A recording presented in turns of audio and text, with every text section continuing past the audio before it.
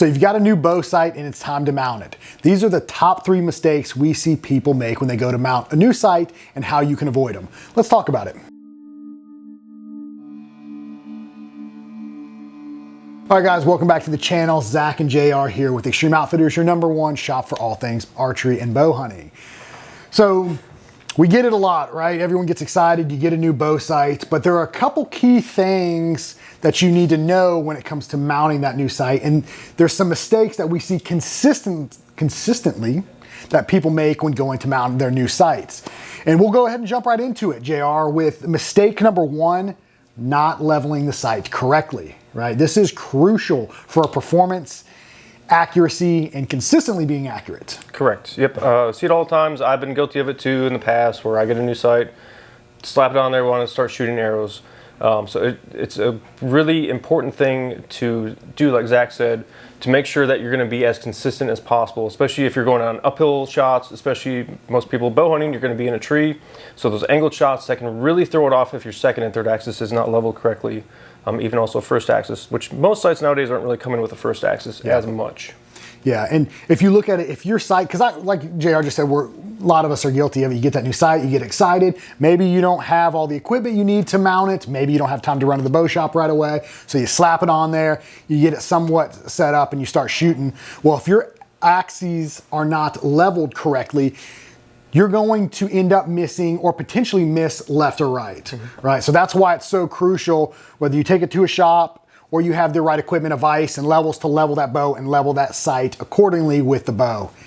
Very, very important, like JR said, especially not so much here on the East Coast shooting flat ground, but when you get into terrain, elevation features, and you're shooting those steep angles, missing left and right becomes very easy, especially as the distance becomes greater. Yes, very costly mistakes too. Very, very costly mistakes. So that is one of the major things you need to be consider whenever mounting a new sight. Mistake number 2, ignoring your anchor point or anchoring inconsistently. So going into this, especially if you're using a slider style sight, that's where it will change your anchor point the further out you go. So your scope's going to get lower and will actually cause you to anchor a little bit lower. So if that's not set correctly, that can be another very big costly mistake. Right. The other thing is kind of falling out of your peep sight so that you don't have that perfect alignment with your scope housing, right?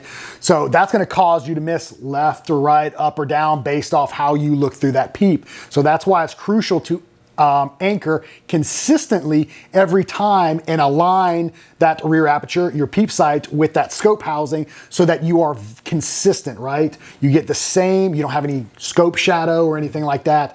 You get that full, almost like halo over your scope housing, and it's consistent. Correct.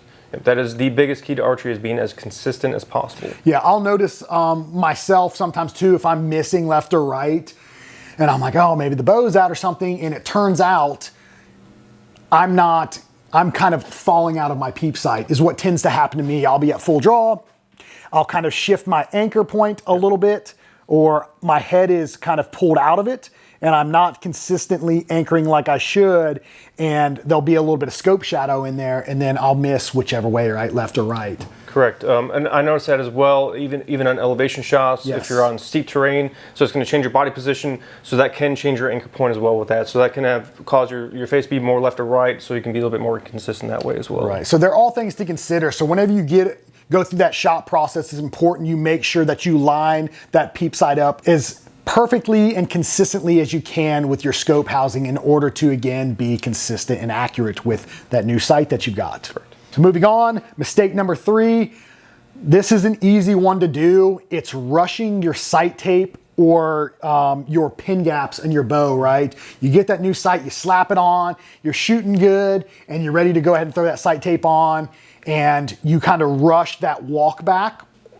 Especially if you're like me, I like to take and I true all my data. I'll shoot 20, 30, 40, 50, 60, all the way out as far as I want to go, and then I'll match my sight tape to that. And if I'm in a rush and you put the wrong sight tape on, things don't line up like they should. Yes, it's very easy to do, and especially like with certain brands, for example, Black Gold, their sight tapes, they have the chronographs feet per second on the tape. So it is very convenient with that, but it's not always perfect. So it can get you generally pretty close with that, but it's not always perfect. So like Zach said, definitely take the time, go through and make sure you have the correct sight tape installed. I've been guilty of it myself in the past, but generally when I'm doing my sight tape setup, I take about a week to do it, to be honest. So I'll shoot one day, shoot all my yardages, I'll set it down, go back the next day, and I'll just keep doing that until I'm consistent and happy with my sight tape. Yeah, I don't think one arrow is enough to confirm that that yardage is correct, right? It's good to shoot a group and be consistent with that group. I know, for example, whenever we go to set up like Spot Hogg sight tapes, you typically shoot 20 and then you work your way all the way back to 60, and whatever number that indicator line's on at that 60, that's a sight tape you use. But it's easy to get in a rush, go from 20 to 60, and your group at 60 is meh, you know, kind of open, a pie plate. That's going to cause issues the further you go out, right? If we're not exact or as close to exact as we can be, your tape is not going to be where it needs to be. So the further you walk back, the more open or off you'll notice that your arrows are impacting. It's very crucial, just like we said, just take your time and enjoy the archery journey. Enjoy the process, right? So these are all experiences that we personally have gone through or we see on a consistent basis with our customers here in our shop, right? We get a lot of guys through the door. We get a lot of new guys, as well as a lot of individuals who have been in the game for a long time who still struggle with some of these. And it's easy to do. So that's why it's important. Any new piece of equipment you set up on your bow, take your time with it and get used to it, right? A new sight is gonna perform different than the sight that you were using previously, especially if you're going to something more advanced, like from a fixed pin sight to a slider sight. There's a lot of moving parts. So it's crucial you slow things down, like JR said, enjoy the process, get to learn your new equipment, and then make sure you take your time with that sight tape. There you have it, guys. Our top 3 mistakes that we see with guys installing new sights on their bow. Make sure to drop us some comments. Let us know some of the issues that you've had with potentially setting up a new sight on your bow or that you see consistently within the archery community. Let us know in the comments below. Don't forget, head over to the website, extremeoutfitters.com, for all of your archery and bow hunting needs. Got lots of inventory, lots of great things going on right now. Head over to the website, check it out. Check out the links below too. We've got some great products that will link directly down below, some of the sites that we carry, some of our personal favorite sites. So if you're interested in that, head down to the links below. And tax season's right around the corner too, so we'll be out at Tennessee and Pennsylvania. So if you're out there, make sure to stop our booth, say hi, chat with us for a little bit. We'd love to talk to you guys. We'll be there. And as always, we appreciate you guys following along and watching. We will see you in the next video.